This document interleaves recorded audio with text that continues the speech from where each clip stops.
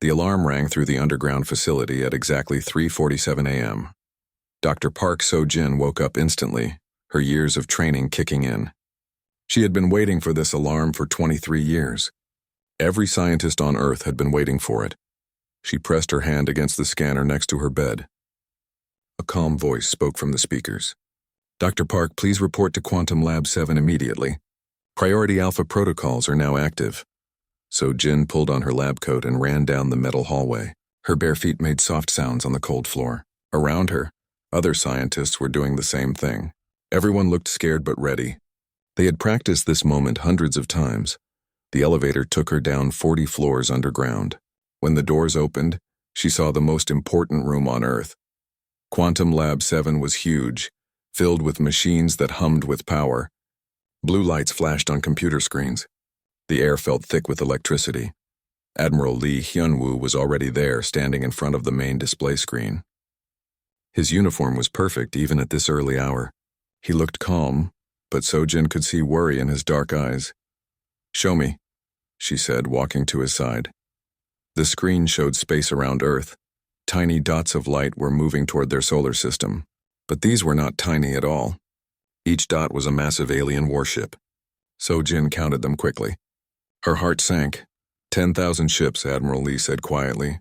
Maybe more. Our long-range sensors picked them up an hour ago. They will be here in 72 hours, So-jin stared at the screen. She had known this day would come. Everyone had known. 50 years ago, when humans first made contact with alien races, they learned a terrible truth. The galaxy was ruled by the Calixian Empire. The empire was strong, cruel, and always growing. They took over worlds like humans collected stamps. "Have they sent a message?" she asked. "The usual," Admiral Lee replied. He pressed a button. An alien voice filled the room, speaking in perfect English. The translation computers had learned all human languages long ago. "People of Earth," the voice said. It sounded bored, like someone reading a shopping list. "You will now join the Calixian Empire. Prepare your leaders for integration meetings. Resistance is not advised. We arrive in 3 of your days." The message ended. The room was quiet except for the humming of machines. So-jin walked to her personal computer station. Her fingers moved quickly across the keyboard. Numbers and graphs appeared on her screen. For 23 years, she had been working on humanity's secret project. Most humans did not know about it. Even most government leaders did not know the full truth. "How long until the quantum network is ready?" Admiral Lee asked. "It has been ready for 5 years, So-jin answered. "We have been waiting for a target big enough to test it properly." She pulled up another screen. It showed a map of Earth with thousands of small red dots. Each dot was a hidden facility. To anyone looking from space, they looked like normal buildings. Factories, schools, hospitals. But underground, they held the most advanced technology humans had ever built. Captain Kim Tae-ho entered the lab. He was young for a captain, only 35 years old. But he was the best pilot in the secret fleet. His black hair was messy from sleep, and his flight suit was half-zipped. "Admiral," he said, saluting quickly. "The Shadow Fleet is ready. All ships are in position and waiting for orders." Admiral Lee nodded. "Good. How many ships do we have ready?" 3,000 in the first wave. Another 2,000 in reserve positions. All invisible to their scanners just like we practiced. So-jin smiled for the first time that morning. The aliens thought they were coming to conquer a primitive world. They thought humans were weak and stupid. They were very wrong. General Choi Min-ho's voice came through the communication system. "All teams, this is General Choi. Protocol 7 is now active. All departments begin final preparations. We have worked toward this moment for 50 years. Do not disappoint our species," So-jin's computer beeped. She looked at the message that appeared. It was from her team of engineers around the world. The quantum tunneling arrays were charging up. The gravitational wave generators were coming online. The neural link defense networks were connecting to every human military facility on Earth. "Admiral," she said, "I need to ask you something important." He turned to look at her. "What is it, Doctor? Are you sure we should do this? Once we use the quantum network, there is no going back. The whole galaxy will know what we can do." Admiral Lee was quiet for a long moment. He looked at the screen showing the approaching alien fleet. 10,000 ships, each one big enough to destroy a city. Each one carrying thousands of alien soldiers who saw humans as nothing more than animals to be controlled.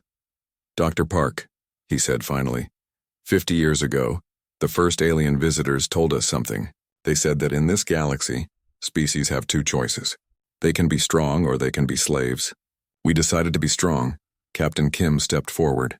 My grandfather fought in the old wars before first contact. He always said that freedom is not free. Someone has to pay the price for it. So Jin nodded. She understood. Humans had always been fighters. Even when they were weak, they found ways to win. Even when enemies were bigger and stronger, humans found advantages that no one expected. She turned back to her computer and began the final startup sequence. Around the world, her team was doing the same thing. Hidden facilities that had been sleeping for years began to wake up. Power levels that had never been used before started to climb. How long do we wait? Admiral Lee asked. We let them get close, Sojin answered. We let them think they are winning. We let them believe that humans are as weak as they expect. And then, when they are close enough to Earth to threaten our families and children, we show them why humans survived when dinosaurs did not. The room filled with the sound of machines powering up. Energy readings climbed higher and higher. Outside, the alien fleet continued its approach, confident and ready to add another world to their empire. But Earth was not like other worlds. Earth was the home of humans. And humans had spent 50 years preparing the biggest surprise in galactic history. The countdown had begun. Fleet Commander Veltar stood on the bridge of his flagship, the Eternal Conquest. The massive ship was 5 kilometers long and carried enough weapons to destroy a moon. Around him, his officers worked at their stations, preparing for another easy victory. Veltar had conquered 47 worlds for the Calixian Empire. Each time it was the same story. The primitive species would see his fleet and surrender immediately. Some would try to fight with their simple weapons. It never mattered. The Empire always won. Sub-Commander Nixara, he called to his second-in-command. Show me the target world again. Nixara pressed buttons on her control panel. The main screen showed a blue and green planet. Earth looked peaceful and beautiful from space. White clouds swirled around green continents and blue oceans. Intelligence reports are complete, Commander, Nixara said. Her voice was calm and professional. The humans have approximately 8 billion individuals. They have basic space travel technology. Their military capabilities are primitive. We detect fewer than 100 combat vessels in their entire fleet. Veltar laughed. 100 ships? My fleet has 10,000. This will be over before lunch. He walked around the bridge, looking at the displays. Each screen showed the same information. Human technology was weak. Their weapons were simple. Their ships were small and slow. It would be like using a hammer to crush an egg. Any unusual readings? He asked his science officer. Nothing significant, Commander. We detect some quantum research facilities, but their technology is centuries behind ours. Their most advanced weapons appear to be simple nuclear devices. Veltar nodded. Nuclear weapons were toys compared to Imperial plasma cannons and gravity bombs. He had seen species try to use nuclear weapons against his fleet before. The Empire's shields could stop nuclear explosions like raindrops. Far away from the main fleet, Captain Namjin Su watched from his small scout ship. The far sight was hidden behind an asteroid, using passive sensors to study the approaching enemy. Nam was one of only 50 humans who knew the full truth about Earth's defenses. His ship's computers worked silently, recording every detail about the Imperial fleet. The size of their ships, the power signatures of their weapons, the frequencies of their communication systems. All of this information was being sent back to Earth through quantum communication channels that the aliens could not detect. My God, Nam whispered to himself. They really brought everything they have. His sensors showed the true size of the approaching fleet. Each Imperial warship was bigger than anything humans had ever built publicly. Their weapons could destroy cities with single shots. Their shields could stop any known human weapon, but Nam smiled as he sent his report back to Earth. The aliens had made one big mistake. They thought they knew everything about human capabilities. They were about to learn how wrong they were. Back on the Imperial flagship, Fleet Commander Veltar received a message from his intelligence division. Commander, the officer reported, we have intercepted human communications. Their leaders are calling emergency meetings. Their military forces are moving to defensive positions. They appear to be very frightened. Good, Veltar replied. Fear makes surrender easier. Have they attempted to contact us? Yes, sir. Their diplomats are requesting a meeting. They want to discuss terms. Veltar laughed again. Always the same. They want to negotiate. They want to make deals. They never understand that the Empire does not negotiate with primitives. Sub-Commander Nixara looked at her tactical displays. Commander, should we respond to their diplomatic requests? Let them wait, Veltar said. Fear grows stronger with time. We will let them think about our fleet for a few hours. Then we will give them the standard ultimatum. Surrender or die. He walked to the front of the bridge and looked out at the stars. Soon another world would join the Empire. Another species would learn to serve Calixian rule. It was the natural order of the galaxy. The strong ruled. The weak served, sir, his communications officer called. We are receiving a transmission from the human world. Put it on screen, Veltar ordered. The image of a human appeared on the main display. The man looked old and tired. He wore simple clothes and spoke in a nervous voice. Great ones, the human said. I am Ambassador Seo Kyung-min of Earth. We wish to discuss the terms of our integration into your empire. We are a peaceful species. We do not want war. Veltar studied the human's face. Fear, desperation, weakness, all the signs he expected to see. We will consider your request, Veltar replied. Prepare your leaders for a meeting in 24 hours. You will discuss the terms of your surrender then. The communication ended. Around the bridge, Imperial officers smiled. Another easy conquest was beginning. But Captain Nam Jinsu, watching from his hidden position, knew the truth. Ambassador Seo was not afraid. He was one of Earth's best actors, playing a role that would buy precious time. Every hour of delay gave Earth's secret facilities more time to prepare. Nam checked his instruments again. The quantum signatures around Earth were growing stronger, but the alien sensors could not detect them. The gravitational wave patterns were shifting in ways that Imperial science did not understand. Deep in Earth's crust, machines that had been sleeping for decades were waking up. Send a message to Admiral Lee, Nam said to his ship's computer. Tell him the Empire is taking the bait. They think we are helpless. The message flashed across space instantly, carried by quantum entanglement that moved faster than light. On Earth, Admiral Lee Hyunwoo received the report and smiled grimly. The aliens were coming exactly as predicted. They were confident, arrogant, and completely unprepared for what they would find. Humanity had spent 50 years preparing for this moment. Every calculation had been checked. Every system had been tested. Every possible outcome had been planned for. Fleet Commander Veltar stood on his bridge, counting the hours until another easy victory. He had no idea that he was leading his fleet into the most advanced trap in galactic history. The Calixian Empire had ruled half the galaxy for 1,000 years. They had conquered countless worlds and enslaved billions of beings. They thought they knew everything about war and conquest. They were about to meet the species that had invented the word surprise. Ambassador Seo Kyung-min sat in the communication room, adjusting his tie with shaking hands. The trembling was not from fear. It was from the effort of acting terrified when he felt perfectly calm.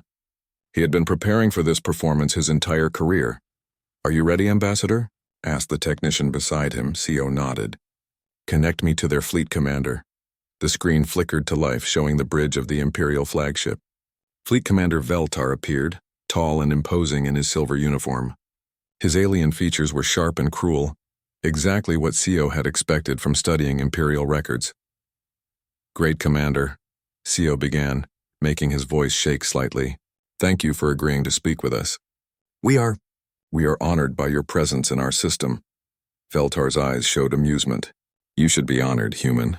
Not many species receive personal attention from an Imperial fleet commander. Seo looked down at his hands as if struggling to find courage. Commander, we have studied your empire's history.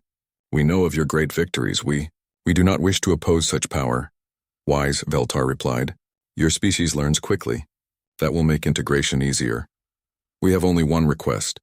Seo continued, making his voice even smaller. Our people need time to understand what is happening. Could you give us perhaps 48 hours to prepare our leaders? Many of them have never seen beings from other worlds. Veltar considered this. Sub-Commander Nixara leaned close to whisper in his ear. Commander, delay gives them time to prepare defenses. What defenses? Veltar laughed. Their entire fleet could not damage one of our smallest ships. Let them have their time.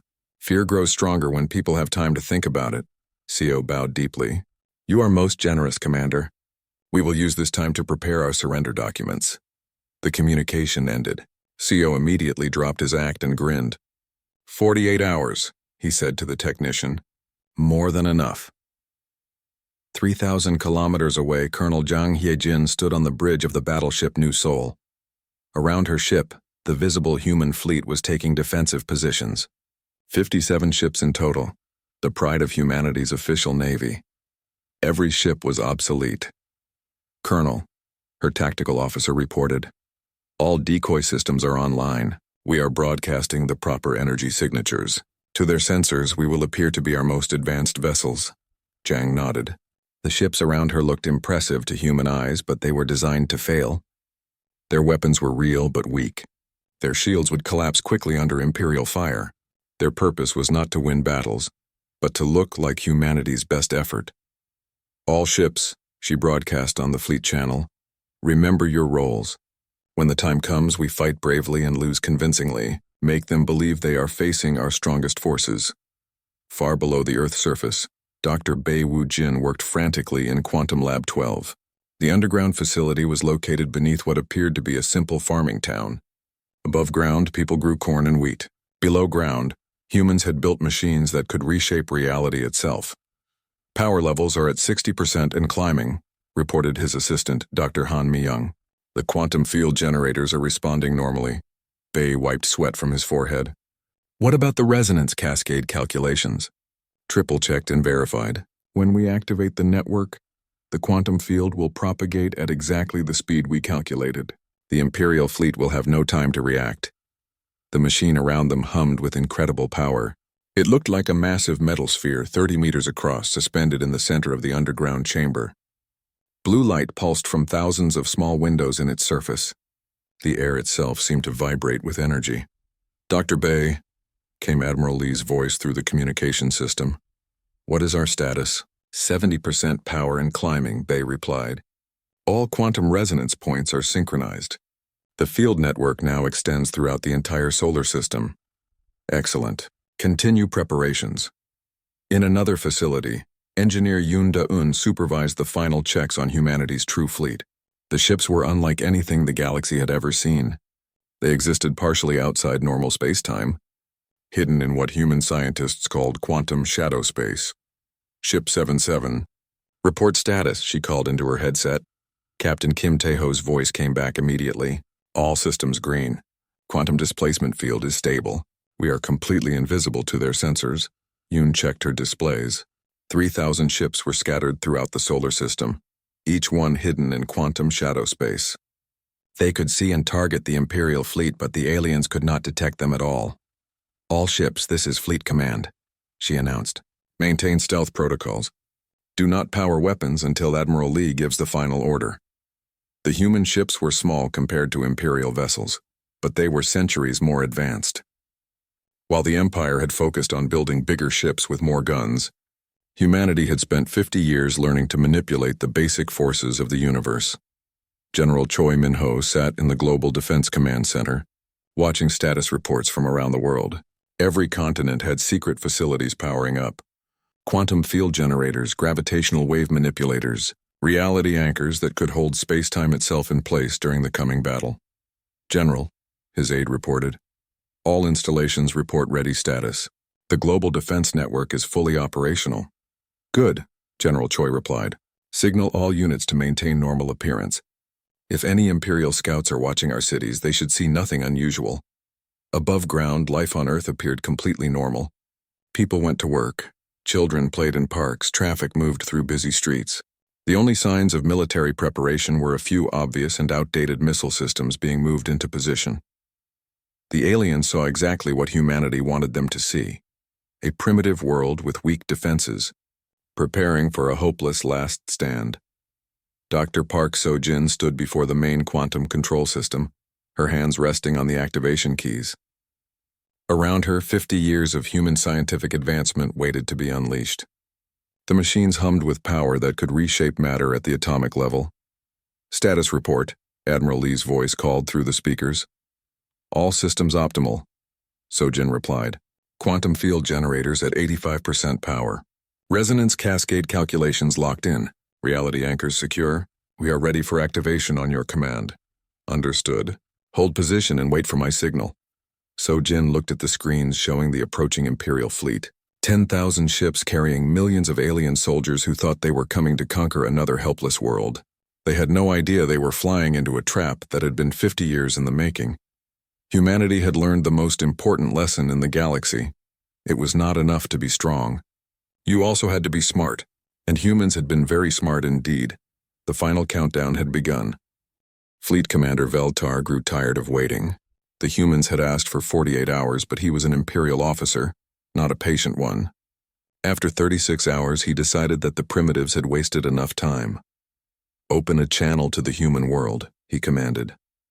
Ambassador Seo Kyung-min appeared on the screen, still playing his role perfectly. Great, Commander, we are still preparing our— Enough, Veltar cut him off. I am done with your delays. You will surrender now, or my fleet will demonstrate why resistance is pointless. Seo's face showed the right amount of fear. Please, Commander, just a few more hours. Our leaders are— No more hours, Veltar snarled. You have 5 minutes to send your surrender message. After that, my weapons will begin destroying your cities. The communication ended. Veltar turned to his tactical officer. Prepare the fleet for attack formation. Target their major population centers. Yes, Commander, the officer replied. Shall we also target their military vessels? Veltar looked at the pathetic collection of human ships on his display. If you can call them military vessels, they are hardly worth our attention, but destroy them anyway. Across the Imperial fleet, 10,000 warships moved into battle formation, their massive weapons powered up, ready to rain destruction on another helpless world. The routine was always the same. Demonstrate overwhelming power, force surrender, begin integration into the Empire. But this time, something was different. 5 minutes passed. No surrender message came from Earth. Instead, Admiral Lee Hyunwoo's face appeared on every Imperial communication screen in the fleet. His uniform was crisp, his posture straight, and his eyes were completely calm. Imperial Fleet, he said in a clear voice. This is Admiral Lee of Earth Defense Command. I am authorized to speak for all humanity. Veltar was amused. Finally, someone with authority. Are you ready to discuss your surrender? No, Admiral Lee replied simply. I am here to give you a warning. You have entered the solar system of a sovereign world without permission. You have threatened our people and our civilization. This is your final opportunity to withdraw beyond the outer system boundary. The bridge of the eternal conquest fell silent. No one had ever spoken to Fleet Commander Veltar like this. Sub-Commander Nixara checked her scanners, thinking she had missed something important. Human, Veltar said slowly. Do you see my fleet? 10,000 warships, weapons that can crack planets, shields that can stop any attack your primitive technology can produce. And you are giving me warnings? Admiral Lee's expression did not change. I see your fleet, Commander. 10,000 ships. Impressive to some species, I am sure. But you have made one crucial error. What error could I possibly have made? You assumed humans are primitive. Veltar laughed, a harsh sound that filled the bridge. Your most advanced ships are centuries behind ours. Your weapons cannot penetrate our shields. Your entire species could not threaten a single one of my vessels. You are correct about one thing, Admiral Lee said. You have seen our most advanced ships. The ones we wanted you to see? Something in the human's tone made Veltar pause. There was no fear there. No desperation. Just calm certainty. What do you mean? Veltar demanded. Commander, let me tell you something about human history. 500 years ago, my ancestors fought wars with simple weapons. Swords, spears, bows, and arrows. Then we invented gunpowder. Suddenly, the strongest warriors in the world became irrelevant. Veltar's tactical officer whispered urgently in his ear. Commander, I am detecting energy signatures from the human world. Power levels are increasing rapidly. 200 years later, Admiral Lee continued, we learned to split the atom.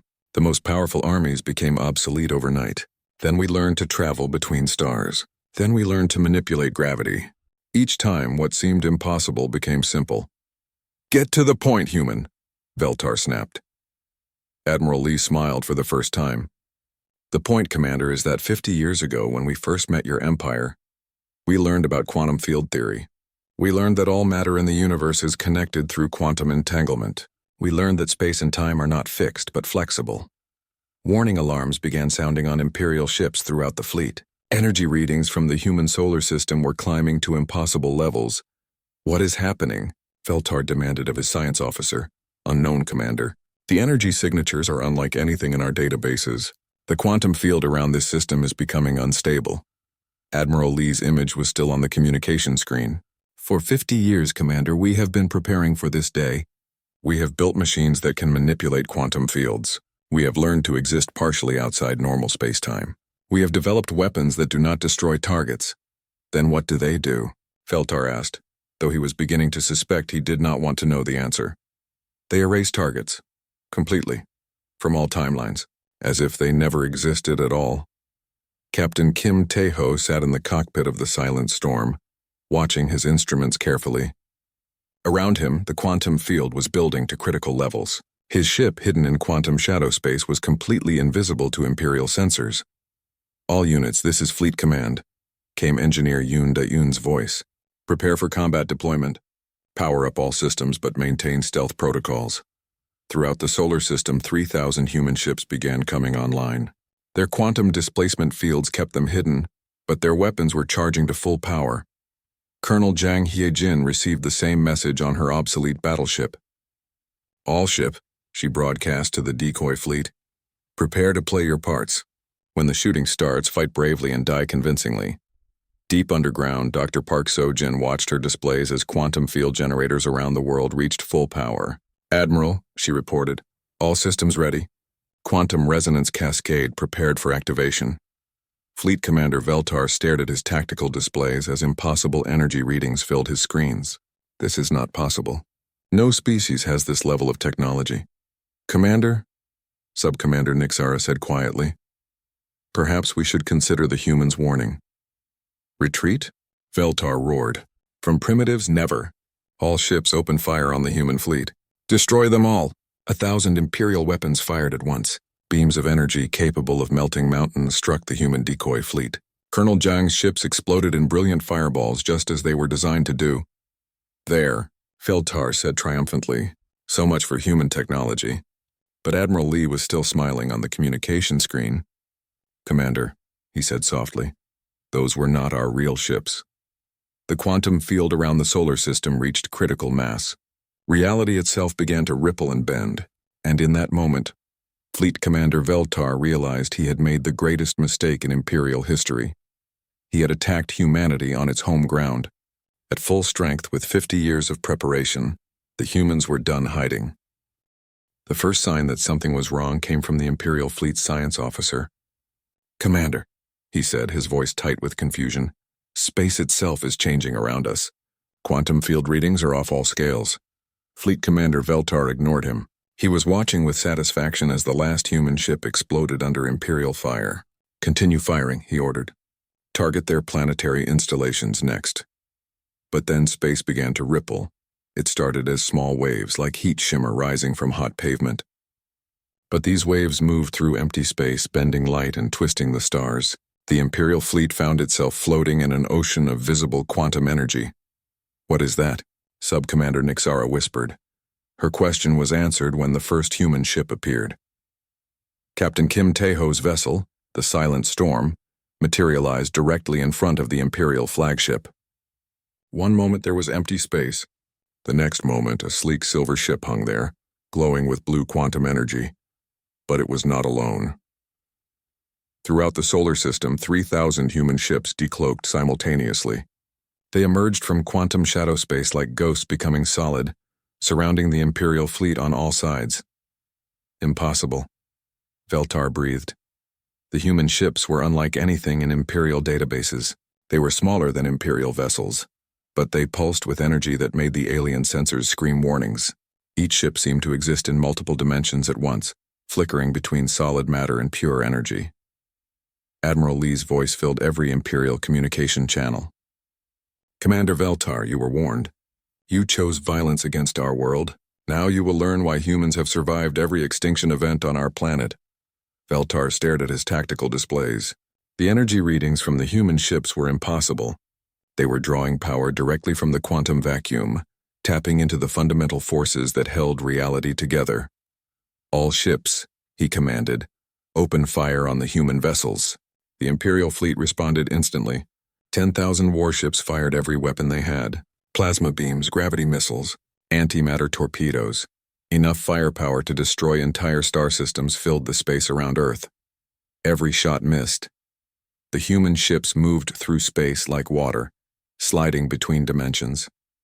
Weapons that should have obliterated them passed through empty space where they had been a microsecond before. "They are manipulating local space-time," the science officer reported, his voice filled with panic. "They are not dodging our weapons. They are making our weapons exist in different dimensional phases." Captain Kim Tae-ho smiled in his cockpit as Imperial weapons fire passed harmlessly around his ship. The quantum displacement field made his vessel exist in 17 dimensions simultaneously. Imperial weapons could only target three-dimensional objects. "All human ships," came Admiral Lee's voice. "Begin demonstration phase. Show them what they are facing." Kim pressed a single button on his control panel. A thin beam of blue light emerged from his ship and touched the nearest Imperial vessel. The alien warship, massive and heavily armored, simply disappeared. Not destroyed, not vaporized, just gone as if it had never existed. Throughout the fleet, human ships began the same demonstration. One by one, Imperial vessels vanished from reality. Their crews did not die. They were not destroyed. They were erased from the timeline itself. "Commander," Nixara shouted, "we have lost 30 ships in 10 seconds. Their weapons are removing our vessels from existence." Veltar could not speak. He watched as centuries of Imperial shipbuilding expertise vanished like smoke. Ships that had conquered dozens of worlds disappeared without leaving so much as debris behind. Deep in her underground laboratory, Dr. Park Sojin monitored the quantum cascade. "Admiral," she reported, "demonstration phase is proceeding normally. Quantum resonance is holding steady. Reality anchors are maintaining space-time stability." "Excellent," Admiral Lee replied. "Continue as planned." Dr. Bae-Woo Jin checked his calculations one more time. The quantum field theory was working perfectly.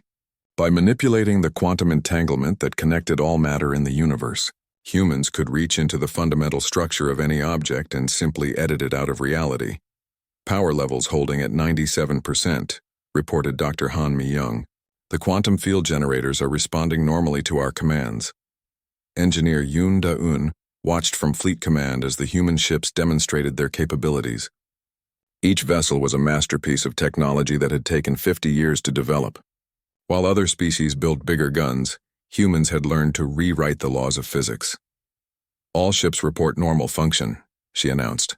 "Quantum displacement fields are stable. Erasure weapons operating at optimal efficiency." General Choi Min-ho observed the battle from the Global Defense Center. Around the world, hidden facilities were maintaining the quantum field that made human weapons possible. Every calculation had been perfect. Every system was working exactly as designed. "Sir," his aide reported, "Imperial fleet has lost over 200 ships. No human casualties. Their weapons cannot target our vessels." Fleet Commander Veltar finally found his voice. "What are you?" he whispered. Admiral Lee's image appeared on his screen one more time. "We are humans, Commander. We are the species that survived ice ages, meteor impacts, and our own nuclear weapons. We are the species that looked at an impossible galaxy and decided to master it instead of joining it." Another wave of Imperial ships disappeared. The alien fleet was beginning to panic. Some ships tried to retreat, but found that space itself would not let them escape. The quantum field had created a pocket dimension around the battle zone. "You cannot do this," Veltar said desperately. "The Empire will send more fleets. Bigger fleets. You cannot fight the whole galaxy." "Commander," Admiral Lee replied calmly, "who said we want to fight the galaxy? We are not conquerors. We are not empire builders. We simply want to be left alone." He paused, letting that sink in. "But when someone threatens our world, our families, our children..." Admiral Lee's voice became cold as space itself. "When someone comes to our home with violence and slavery, we do not fight them. We do not defeat them. We erase them from history itself." Dr. Park So-jin's hands hovered over the final controls. The demonstration was almost complete. Soon it would be time for the main event. Time to show the galaxy what happened when humans decided something needed to disappear forever. "Admiral," she said quietly, "Quantum Cascade is ready for full activation. Say the word and their entire fleet will cease to exist." Fleet Commander Veltar had conquered 47 worlds. He had commanded the most powerful fleet in Imperial history. He had thought he understood war and victory and defeat. Now he realized he had understood nothing at all. He was facing a species that had spent 50 years preparing the most advanced trap in galactic history. A species that did not just win battles, a species that erased problems from existence itself. The final phase was about to begin.